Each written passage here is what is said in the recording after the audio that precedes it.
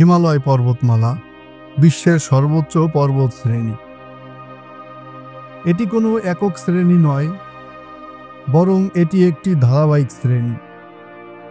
একে অন্যর প্রায় সমান্তরাল ধারায় লম্বা দূরত্ব স্থাপন করেছে। আবার কোথাও কোথাও দুটি ধারা একসঙ্গে মিশে গেছে। এর মধ্যে ছড়িয়ে ছিটিয়ে রয়েছে অসংখ্য উপত্যকা। সমভূমি থেকে সারিবদ্ধ অনুচ্চ পাহাড়ের ভিত ধরে উচ্চ থেকে আরও উচ্চে উঠে গেছে হিমালয় শ্রেণী ও তার চূড়াশৃঙ্গ, যেগুলোর মধ্যে রয়েছে সুবিখ্যাত mount Everest, mount K2, Kanchenjunga ইত্যাদি। এর মধ্যে কিছু পর্বতমালার গতিপ্রধান হিমালয় বলয়ের আড়াআড়ি।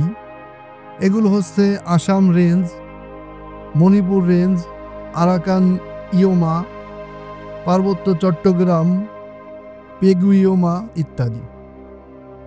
হিমালয় ও মধ্য এশীয় পর্বত পৃথিবীর ছাদ, অর্থাৎ পামির মালভূমি থেকে উত্থিত হয়ে বিভিন্ন দিকে ছড়িয়ে গেছে। পামির মালভূমি থেকে হিমালয় ভারতীয় উপমহাদেশের উত্তর, পশ্চিম ও পূর্ব দিকে বেষ্টন করে দক্ষিণ পূর্ব দিকে বিস্তৃত হয়েছে। এ কারণেই এগুলোর তুষার আবৃত শৃঙ্গগুলো, যেমন কাঞ্চনজঙ্ঘা, বাংলাদেশের উত্তরাঞ্চল থেকে দৃশ্যমান। হিমালয়ের প্রধান প্রধান শ্রেণীমালা আফগানিস্তান ও মায়ানমারের সীমান্ত মধ্যবর্তী প্রায় 3000 কিলোমিটার স্থান জুড়ে বিরাজমান।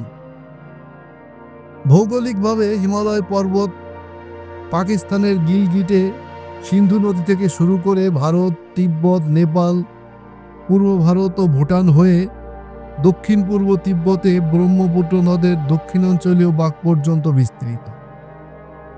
সিন্ধু ও শতদ্রু নদীর মধ্যবর্তী হিমালয়ের অংশটুকু পাঞ্জাব ও কাশ্মীর হিমালয় নামে পরিচিত।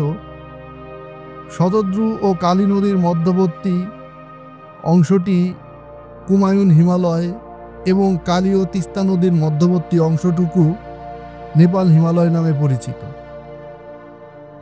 ভারতীয় পেট ও এশিয়ান পেটের মধ্যে এক সংঘর্ষের ফলে হিমালয়ের সৃষ্টি হয়েছে। আজ থেকে প্রায় 4 কোটি বছর আগে গন্ডোয়াল্যান্ড থেকে বিচ্ছিন্ন হয়ে ভারত পূর্বমুখে ভাসমান অবস্থায় এশীয় স্থলভাগের সঙ্গে ধাক্কা খায়। বাংলাদেশের বঙ্গীয় অববাহিকার উত্তরে পূর্ব হিমালয় ও পূর্বে ইন্দো বার্মা শ্রেণীমালা থেকে প্রধানত আহত গিরিজনী অবক্ষেপণপূর্ণ চট্টগ্রাম অঞ্চলের অবক্ষেপ এসেছে ইন্দো বার্মা পর্বত শ্রেণী থেকে। যদিও বঙ্গীয় অববাহিকা মায়োসিন স্তরের গুরুত্বপূর্ণ অবক্ষেপের উৎস ছিল সম্ভবত হিমালয়ের পূর্বাঞ্চলের প্রথম দিককার উত্থানসমূহ। হিমালয়ের উপর সবিস্তার অনুসন্ধান 19বিংশ শতাব্দীর শেষের দিকে শুরু হলেও পর্বতমালাটি সম্পর্কে প্রাপ্ত তথ্য 1950 সালের পর থেকে অর্জিত হয়েছে। এডমন্ড হিলারি ও তেনজিং নগরে 1953 সালে প্রথম পৃথিবীর সর্বোচ্চ শৃঙ্গ মাউন্ট এভারেস্টে আরোহণ করেন। হিমালয় পর্বতমালার আত্মপ্রকাশ আমাদের গ্রহের ইতিহাসের একটি গুরুত্বপূর্ণ ঘটনা। শুধু এর ভূতাত্ত্বিক কারণে নয়, বরং এশিয়ার পরিবেশগত ভারসাম্যর কারণেও। হিমালয় পর্বতমালায় মানুষের বসবাসযোগ্য অঞ্চলের পরিমাণ কম। ভারতের সমভূমির দিকে মুখ করে থাকা এর দক্ষিণাঞ্চলীয় ঢালসমূহ হিমালয়ের উত্তরাঞ্চলীয় ঢালসমূহের চেয়ে অনেক বেশি খাড়া। হিমালয়ের উত্তরাঞ্চলীয় এই ঢালগুলো প্রায় সর্বত্র ঘন জঙ্গল দ্বারা আবৃত, যেখানে উদ্ভিদরাজি বেঁচে থাকা প্রায় অসম্ভব। দক্ষিণের পর্বত পাদদেশীয় সমভূমি ঘন জঙ্গল আর জলাভূমিতে আবৃত। সেখানে অসংখ্য বন্যপ্রাণীর বসবাস করে। পর্বতের যে অংশ বঙ্গোপসাগর থেকে ধেয়ে আসা মৌসুমী বায়ুর আওতার মধ্যে, সেখানে গাছগাছালির প্রাচুর্য খুবই বেশি, যেমন সিকিম। আবার সিন্ধু ও কুনার উপত্যকায় মরুভূমির দেখা পাওয়া যায়। বাংলাদেশের সীমান্ত সংলগ্ন পূর্ব ভারতের প্রাণীগুলোর মধ্যে রয়েছে বানর, হাতি, গন্ডার, বাঘ, চিতা, নকুল, লালপাতা ইত্যাদি। হিমালয়ের পক্ষী জগৎ খুবই সমৃদ্ধ।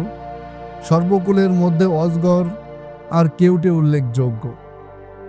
পর্বতের পশ্চিমাঞ্চলে সীমিত পরিসরে আক্ষরিক লৌহ, স্বর্ণ ও নীলকান্তমণি পাওয়া যায়। হিমালয়ের নদীসমূহ থেকে পর্যাপ্ত জলবিদ্যুৎ উৎপাদন ও সেচ উন্নয়নের সম্ভাবনা রয়েছে অনেক। সিমলা, নৈনিতাল, মুসৌরি ও দার্জিলিংয়ের মনোরম আবহাওয়ার কারণে ভারতের সমভূমি অঞ্চলের তাপদগ্ধ মানুষের কাছে এগুলো স্থান নিবাস হিসেবে খুবই জনপ্রিয়। সুন্দর পরিষ্কার শীতের সকালে বাংলাদেশের রংপুর ও পঞ্চগড় জেলা থেকে কাঞ্চনজঙ্ঘার তুষারাবৃত চূড়াগুলো খুব চমৎকারভাবে দেখা যায়।